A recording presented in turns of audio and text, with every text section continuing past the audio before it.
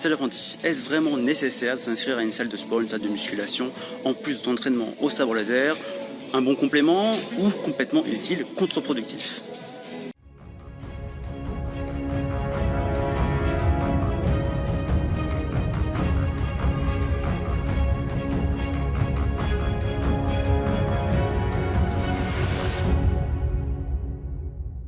En effet, qu'est-ce qui est mieux? Est-ce qu'il faut s'entraîner chez soi en plus de ton entraînement habituel au sabre laser, en club ou en extérieur, ou payer pour aller donc dans une salle de sport? On va essayer de répondre à cette question au fur et à mesure de la vidéo en comparant bien sûr avec l'inscription dans une salle de sport, une salle de muscu, et avec bien sûr juste à rester chez soi ou aller en extérieur pour s'entraîner, pour en fait compléter ce que tu fais dans ton club. Parce que normalement, si tu as un club de sabre laser, tu fais déjà du sport, tu fais déjà un peu de renforcement musculaire, du cardio dans ton club, mais peut-être aussi que tu veux aller plus loin. Je pensais faire la vidéo en faisant du sport, mais je me suis rendu compte qu'avec mon setup un peu particulier aujourd'hui, en fait, que tu n'allais pas me voir faire du sport. Donc c'est pas trop la peine que je fasse du sport en même temps, c'est un peu dommage, parce que du coup je ne pourrais pas profiter de la salle en même temps que je fais de la vidéo.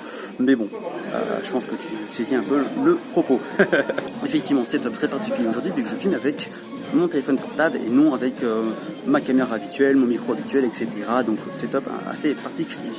Pour la partie avantages et inconvénients de faire du sport, soit chez soi, soit en salle, je l'avais filmé sur place, mais il y avait eu trop de problèmes sonores sur une trop grande partie en fait. Du coup, je préférais tout refaire ce bloc-là chez moi. Commençons par les avantages et inconvénients de faire du sport chez soi ou en extérieur. Alors, le premier argument, c'est que c'est gratuit, ou presque. Je vais bien sûr pas prendre en compte le fait que tu vas acheter ou pas une tenue de sport, parce que dans tous les cas, tu vas avoir une tenue de sport, donc tu l'achètes ou pas, hein, peu importe. Mais tu vas avoir une tenue de sport, donc je ne prends pas ça en compte. Chez toi, tu peux faire bien sûr du sport totalement gratuitement, ou aller courir dehors, c'est totalement gratuit. Sauf en ce moment où il faudrait avoir un budget de 135 €, mais sinon c'est gratuit. Bien sûr, tu peux dépenser un petit peu d'argent pour t'acheter quelques matériels qui vont te servir vraiment très longtemps, tels que un tapis de sol, un élastique, éventuellement des haltères, etc. Pour moins de 100 €, tu peux vraiment faire du sport chez toi, très bien équipé, ou aller courir. Maintenant, c'est vrai que si tu veux faire du vélo, en extérieur bien sûr, ou en intérieur, peu importe, les prix commencent à augmenter. Pour un vélo adulte, il faut compter environ 200 € pour un vélo neuf. Donc éventuellement, l'occasion, ça peut coûter bien moins cher. Le deuxième avantage, c'est de le faire quand tu veux. En effet, là, tu as regardé la vidéo, tu peux à tout moment en fait, mettre sur pause la vidéo ou la laisser continuer et faire du sport. Voilà, si tu peux faire du sport quand tu veux, c'est vraiment un très gros avantage, ça, chez soi. Alors bien sûr, si tu veux travailler tout ce qui est saut, etc., et que tu habites en appartement, tu ne peux pas faire ça quand tu veux. Ou si tu veux faire du sport avec de la musique, mais en fait qui n'est pas en écouteur, effectivement, là, ça va peu poser problème. Aussi, si tu es en famille, tu as peut-être tes parents ou ton conjoint, tes enfants, etc., qui sont autour de toi, tes frères et sœurs. Voilà, ça peut être problématique également à certains moments de la journée. Il y a aussi autre avantage et pas négligeable dans certains cas, c'est de ne pas avoir le regard des autres. En effet, quand tu fais du sport chez toi, il n'y a que éventuellement ta famille qui peut te voir. Il y a encore, si tu t'enfermes dans une pièce, dans ta chambre, tu fais du sport. Voilà, pour certaines personnes, ça peut les aider pour faire du sport. Notamment, je pense aussi aux femmes qui ont des fois des problèmes avec des hommes qui ont un regard un peu trop insistant en salle de sport, etc. Voilà, ça c'est vraiment un avantage de faire du sport chez soi. Le principal inconvénient de faire du sport chez soi, c'est bien sûr que tu n'as pas à disposition tout le matériel que tu pourrais trouver dans une salle de sport. Et notamment, tu vas devoir faire tous tes exercices à poids de corps. Et c'est un peu compliqué pour faire tous les exercices qui demandent des haltères, tout ce qui est travaillé au niveau des biceps, triceps, etc. Ça peut être un peu compliqué de pouvoir en fait avoir des haltères, notamment avec un poids déterminé. En fait, ça va être toujours à peu près de l'approximatif. Tu vas toujours avoir en fait des positions de main, tout ce que tu vas utiliser, ce que je t'ai montré dans d'autres vidéos, donc des petites astuces pour remplacer donc, des haltères, mais ce ne sera pas la même chose que d'avoir une haltère dans les mains. Autre inconvénient quand tu fais du sport chez toi, donc là c'est vraiment uniquement chez toi, en fait tu vas transpirer, donc la transpiration peut tomber par terre, ce qui peut être problématique sur de la moquette et du parquet. Sur d'autres sols, ça va l'être moins, puisque tu vas pouvoir du coup nettoyer derrière. Mais alors tu vas me dire, il y a un tapis de sol, ok, où tu peux mettre une serviette pour du coup absorber une partie, mais il vaut mieux d'ailleurs passer un petit coup quand même pour un peu nettoyer si tu as juste une serviette, c'est pas tip top.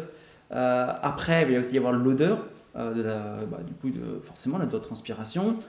Effectivement, tu peux aérer, mais si dehors il y a beaucoup de vent, si il fait très froid, ça peut aussi être problématique aussi. Enfin, du coup, tu vas quand même le faire parce que tu vas pas rester dans l'odeur de transpiration. Et là, inconvénient que tu n'as pas donc, quand tu fais du sport chez toi, mais quand tu vas en extérieur, donc quand tu vas faire du footing ou si tu as un vélo, si tu vas faire du vélo dehors, eh bien, tu vas être dépendant de la météo.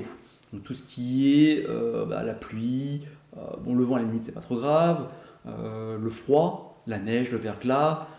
Aussi, dans certains lieux, du coup, tu peux avoir plein, pas trop en ville, mais quand tu es à la campagne, tu peux avoir plein d'insectes qui peuvent te tourner autour, des mouches notamment, ce qui peut ne pas forcément être très agréable, même si, en général, quand tu vas vite, il n'y a pas trop de problème.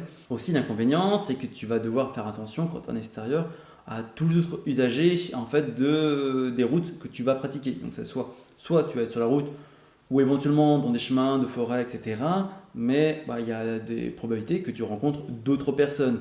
Voilà, ça peut être problématique, notamment en forêt, tu as des gens qui laissent leurs chiens sans laisse. Et en fait, ça peut être problématique parce que ça peut un peu les énerver de te voir courir. Ça peut arriver. Moi, j'aime pas aller faire du vélo quand il pleut. J'en ai déjà fait quand il pleuvait, quand il faisait très froid, quand il neigeait. C'était pas pour aller faire du sport, mais voilà, ça c'est une chose que je n'apprécie pas. Par exemple, et je sais que beaucoup de personnes ne vont pas apprécier d'aller faire leur sport quand la météo ne s'y prête pas. Passons maintenant aux avantages et inconvénients des salles de sport. L'avantage majeur, c'est bien sûr d'avoir accès à toute une sorte d'appareil, toute une panoplie d'appareils et d'haltères où tu peux vraiment choisir le poids que tu veux avoir. Donc tu as les appareils guidés, c'est ceux que tu vois la plupart du temps dans ma vidéo là, et les appareils dits libres. L'appareil entre guillemets. Par exemple, les poids guidés en développé couché, tu as une barre et à côté de toi tu as une espèce de portique en fait qui t'entoure et tu ne peux pas en fait bouger la barre autre que le mouvement vertical. Ce qui fait que c'est très bien au départ, mais ça a certains inconvénients qu'offre la barre de développé couché en libre.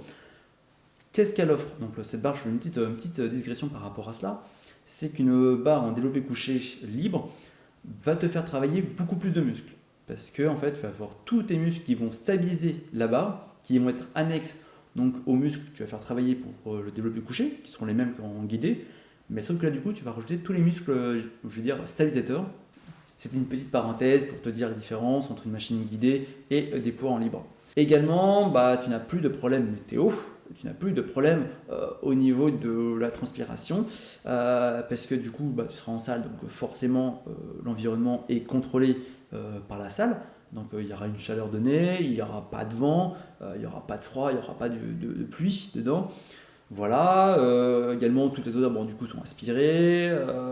La transpiration, tu as juste à nettoyer les appareils que tu utilises et c'est tout.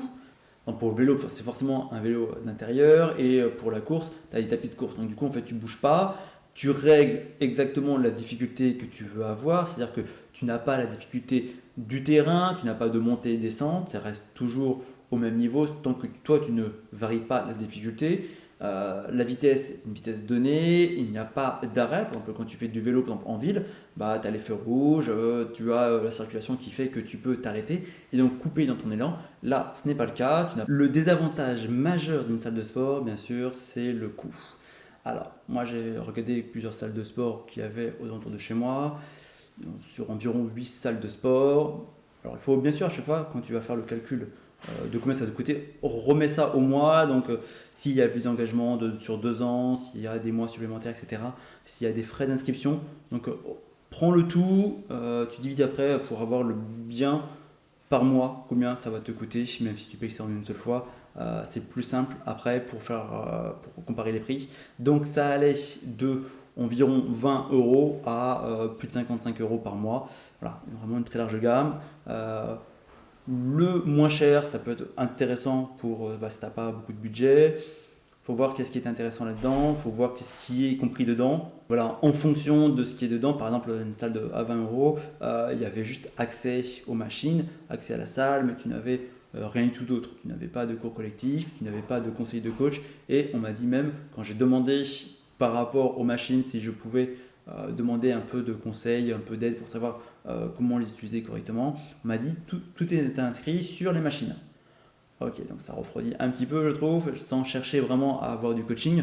Voilà, il y avait d'autres salles où c'est vraiment du très gros coaching, il y avait même jusqu'à ne pas du tout avoir de poids libre. Donc ça aussi, personnellement, je ne conseille pas. Je préfère qu'il y ait un mix entre les deux, justement, pour, comme je l'ai dit tout à l'heure, pour travailler différents muscles que tu n'aurais pas du coup en guidé. Après, à toi de voir si tu cherches vraiment à avoir du coaching très suivi, etc. ou si tu en veux complètement d'avoir un coach. Autre inconvénient, bien sûr, c'est la disponibilité de la salle. Effectivement, en fonction des salles, tu vas avoir des horaires d'ouverture différentes. Voilà, il y a des franchises, par exemple, qui sont ouvertes 7 jours sur 7, de 6h à 23h, par exemple. Voilà. Après, le personnel n'y est pas forcément présent tout le temps. Il y a des horaires de présence, mais toi, tu peux y aller à 6h du matin si tu as envie de faire très tôt du sport ou très tard le soir, par exemple, y aller à 22h pour qu'à 23h, tu puisses rentrer. Bien sûr, en ce moment, ce n'est pas tellement possible. Voilà, pour en fait choisir correctement ta salle. Alors, c'est inutile de choisir une salle qui est ouverte H24, 7 jours sur 7, si toi, tu ne peux y aller que le mercredi après-midi, par exemple. Il faut que tu choisisses une salle en fonction de tes disponibilités actuelles et éventuellement un peu futures et éventuellement un peu exceptionnelles. Par exemple, ça peut être sympa que la salle soit ouverte le dimanche. Il y a beaucoup de salles, malheureusement, je trouve. Après, bien sûr, ils ont toutes leurs raisons, mais qui est fermée le dimanche. Des fois, le dimanche, tu as envie de faire du sport. On va essayer de répondre à la question, est-ce vraiment nécessaire de s'inscrire à une salle de sport, à une salle de musculation dans le cadre de la pratique du sabre laser? Alors pour moi, nécessaire, non, absolument pas. Il n'y a pas de nécessité à s'inscrire dans une salle de sport. Est-ce inutile? Non. Je ne trouve pas ça du tout inutile. Maintenant, ça dépend de ta pratique. Si tu vas sur le culturisme, là effectivement c'est totalement inutile parce qu'on ne cherche pas à gonfler les muscles, mais bien en fait à renforcer la tonicité, l'explosivité des muscles, le cardio. Voilà. Et donc du coup, chercher en fait, à faire du culturisme, ce n'est pas du tout dans l'idée de la pratique en fait, du duel de sabre laser. Pour moi, ça c'est vraiment un bon complément par rapport à ton entraînement de sabre laser. Ça permet en fait de t'entraîner sur différents muscles, de garder en fait un entraînement, un suivi d'entraînement autre que ce que tu vas faire au sabre laser. Même si tu as des très bons profs en sabre laser qui vont te faire vraiment un programme à la fois cardio, musculaire, en plus du programme technique vraiment suivi, du coup c'est bien d'avoir d'avoir des entraînements en plus. Ça permet vraiment de progresser, je pense, et de gagner en cardio. Il est vrai que s'inscrire en plus à une salle de sport, en plus du club de sabre laser, du coup ça fait tout de suite un budget. Tout le monde ne peut pas se le payer, ça coûte vraiment. Donc si vraiment le budget est un frein, ce qui est tout à fait logique, ça peut surtout en 7 ans, du coup il vaut mieux t'inscrire à un club de sabre laser et du coup de faire du sport chez toi ou à l'extérieur plutôt que de risquer d'être trop juste financièrement juste pour un peu de sport. Durant la vidéo, tu m'as souvent vu en fait avoir le regard qui tournait un peu par là parce qu'en fait j'ai le retour vidéo en même temps, donc ça me perturbe un peu. Si j'essaie de voir en même temps si je ne filme pas des choses que je ne devrais pas filmer, je sais pas, des personnes, etc. J'essaie d'éviter de filmer le plus possible de personnes derrière moi. Donc c'est pour ça que mon regard des fois varie un petit peu et que je n'aurai pas tout le temps l'objectif. N'hésite pas à mettre des commentaires si tu as aimé la vidéo, mets un pouce bleu et partage la vidéo, ça fait vraiment plaisir. Et surtout, abonne-toi.